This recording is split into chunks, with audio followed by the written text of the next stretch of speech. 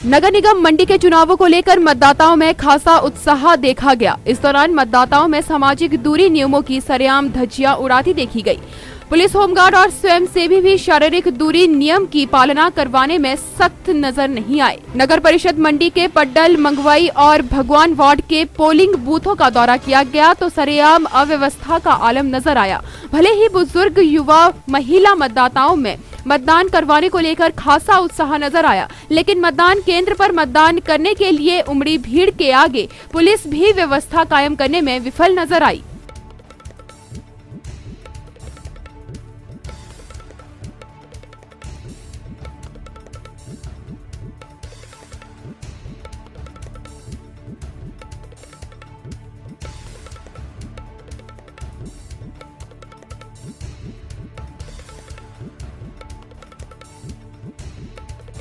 पहली बार वोट करने आ रहे हैं मैं तीसरी बार वोट करने आ रही हूँ।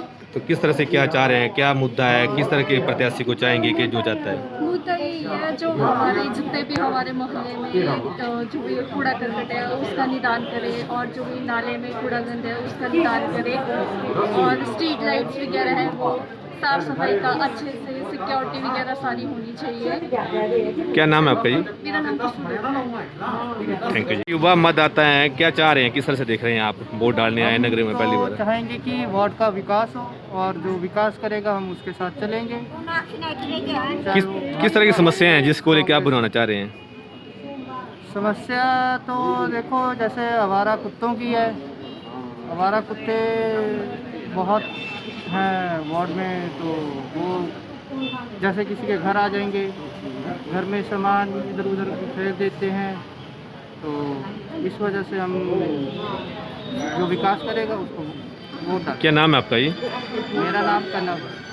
Thank you. बूथ में मतदान चला हुआ, किस तरह से देख रहे हैं आप? नमस्कार जी, मेरा नाम मानसी ठाकुर है।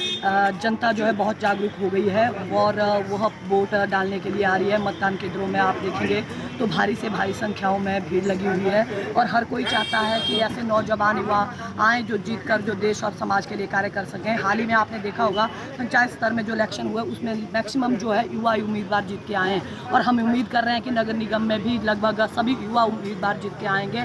लोगों ने शिक्षित और ऐसे नौजवान युवाओं को चुनने का फैसला किया है जो देश के लिए, समाज के लिए और उनके लिए और नगर निगम के लिए स्मार्ट सिटी बनाने के लिए काम करें। ऐसे नौजवान युवा यहाँ पर जीत के आएंगे और भारी से भारी मतों से जो भी कैंडिडेट जीतेगा वो भारी से भारी मतों में जीतेगा। आपको बूथिंग पर कैसी व्यवस्था लग रही है प्रशासन की ओर से, चुनाव आयोग की ओर से? प्रशासन की ओर से जी लगभग सब प्रकार की व्यवस्थाएं ठीक हैं। सब लोगों को सही तरीके से लाया जा रहा है, बिठाया जा रहा है। बुजुर्गों को पहले मतदान करवाया जा रहा है। जो लोग खड़ने में, बैठने में जो जिनको दिक्कत आ रही है उनको पहले मतदान करवाया जा रहा है। नौजवान खड़े हो रहे हैं कतारों में, लेकिन जो नहीं असमर्थ हैं खड़े होने में उनको पहले मतदान सरकार ने आदेश दिए हैं कि उनको पहले मतदान करवाया जाए। ओवरऑल क्या लग रहा है आपको, किस तरह से मतदान चला हुआ है? ओवरऑल अगर देखा जाए तो लोग उत्सुक हैं, बहुत ज़्यादा उनमें उत्साह है और बहुत उत्साह के साथ वो मतदान करने आ रहे हैं। किसी को भी ऐसा नहीं लग रहा है कि मतदान केंद्र अभी खाली है। सुबह 7-7:30 बजे से ही मतदान केंद्र में भारी भीड़ देखने को मिल रही है और लोग आ रहे हैं, जा रहे हैं और बहुत उत्साह है नगर निगम को लेकर लोगों के बीच में।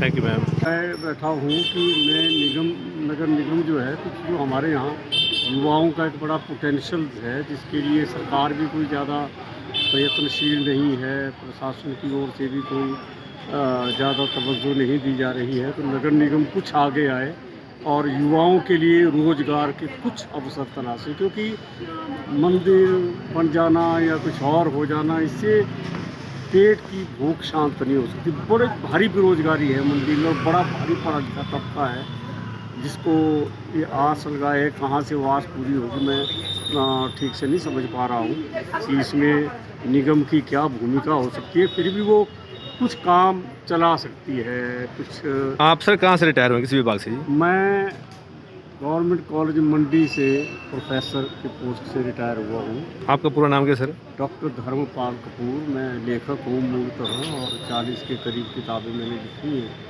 मुझे शहर की बड़ी चिंता रहती है, बहुत चिंता रहती है। बुद्धिजीवियों का शहर है, लेकिन आज 30 वर्षों से मैं सोचता रहता हूँ कि शिवरात्रि मेले का मुझे एक पास तो मिले देखने के लिए।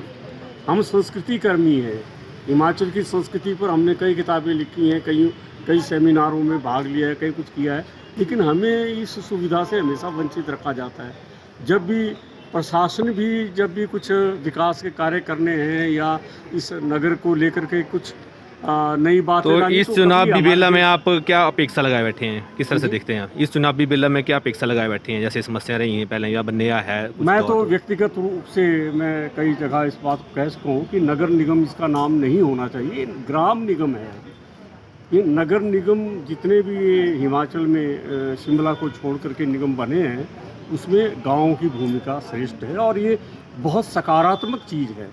गांव को इसमें जोड़ना चाहिए, गांव की जो मूलभूत समस्याएं हैं इस निगम के द्वारा हल होनी चाहिए, क्योंकि अल्टीमेटली ये जितने भी शहर अस्तित्व में आए हैं ये गांव से ही बनकर आए हैं। जहां हम खड़े हैं ये कभी एक गांव का हिस्सा रहा है, सदियाना गांव का हिस्सा रहा है, तो ऐसा कुछ भी नहीं है। कोई कनवाल गांव का हिस्सा है, कोई सदियाना गांव का हिस्सा है, कोई दुदर गांव का हिस्सा है, तो गाँव का समूह है मंडी। तो इस निगम का पहली प्राथमिकता होनी चाहिए कि जो हमारे आसपास के जितने भी गांव हैं उनको समृद्ध करने की दिशा में प्रयत्न करें। जो विकास शहरों में होता रहा है उससे हट कर के विकास करें।